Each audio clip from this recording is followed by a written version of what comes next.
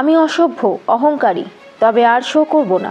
মঞ্চ থেকে সাফ জানিয়ে দিলেন যুব সমাজের আবেগ ফসিলসের কর্ণধার রূপম ইসলাম, দ্য রকস্টার।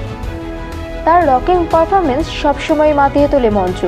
বাঙালিদের অন্য সব ইমোশনের মতোই ফসিলস মানে এক আলাদা ইমোশন। রূপম মানে মঞ্চে গর্জে ওঠা আগুন। হাসনোহানা থেকে একলাঘর সবই যেন ভক্তদের মন কেড়েছে। আর প্রিয় শিল্পীর এই সিদ্ধান্তেই মন খারাপ ভক্তদের। সম্প্রতি 4 ঘন্টার এক কনসার্ট শেষে মঞ্চ থেকে নামার পর ছবি তোলাকে কেন্দ্র করে বিতর্কের মুখে উঠে এসেছেন তিনি।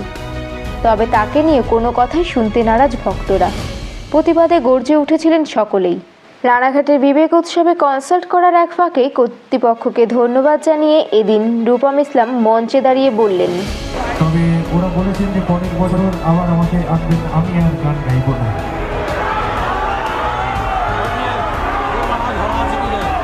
দেখুন, আপনাদের সমাজ খুব শিষ্ট সমাজ, এরকমই আপনারা থাকুন, কিন্তু আমি একজন রক শিল্পী, আমি আপনাদের এই ছাঁচে নিজেকে মেলাতে পারবো না। আমি এইভাবে বাঁচব না।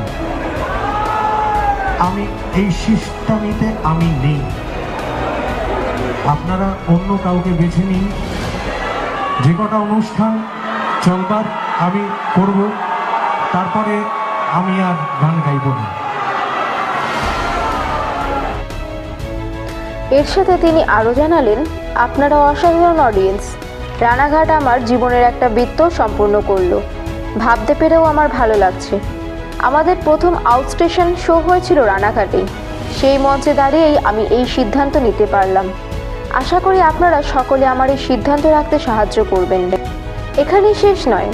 তার কথায়, আশা করি আমার আর নতুন করে কিছুই দেওয়ার নেই আপনাদের। আপনাদের পৃথিবী আলাদা। এই পৃথিবী ফেসবুকের পৃথিবী। এই পৃথিবী আমার মতো শিল্পীদের পৃথিবী নয়। ঠোঁটকাটা লোকেদের জন্য তো একেবারেই নয়। আমি একেবারেই বেমানান। যেটা আমার বলার আমি সেটাই বলবো। আমি আমার বৈঠকখানায় বসে বলবো। সেখানে আশা করি কেউ ক্যামেরা নিয়ে ঢুকে আসবেন না। আমাকে মার্জনা করবেন। যে কটি অনুষ্ঠান ঘোষিত আছে সেগুলো অবশ্যই করব, কিন্তু তারপর আর নয়। তার অশ্লীল ভাষা প্রয়োগ নিয়ে নেট পাড়ায় চর্চা ও নানা ধরনের মন্তব্য করেছেন অনেকেই। অনেকের মতে প্রথম জীবনে তিনি একজন শিক্ষক ছিলেন, এমন অশ্লীল ভাষা তিনি কিভাবে বলতে পারেন।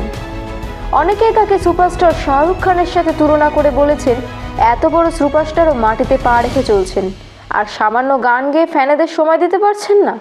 অহংকার এত হয়ে গিয়েছে। তাই তার কথায়, আমার বাবা মা কোশ্মিন কালেও বাংলা রক লেখেনি। আমার বাবা বলেছিল, তুই তো ক্লাসিক্যাল গান গাস, তাহলে তুই কেন এই ছাই পাস করতে গেলি?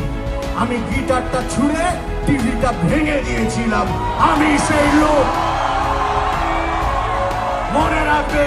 আচ্ছা, ওনার অশ্লীল কথাটার পরে আরও একটা কথা তো ছিল, আমাকে বাঁচতে হবে। হয়তো তাকে ছোট করার তাড়াহুড়োয় এই কথাটিতে নজরই দেননি কেউ। হয়তো ভুলে গেছেন কিছুদিন আগে বিখ্যাত গায়ক কেকের মৃত্যুর ঘটনাটা। 50 এই মানুষটি তার ফ্যানেদের কাছে একটু সময় তো চেয়েছিলেন, খুব কি বেশি কিছু চেয়েছিলেন? জনতা নিউজ থেকে আমি দীপান্বিতা। নতুন নতুন খবর পেতে চোখ রাখুন জনতা নিউজের এফবি পেজে এবং নতুন আপডেট পেতে চ্যানেলটি সাবস্ক্রাইব করে রাখুন। জয় হিন্দ।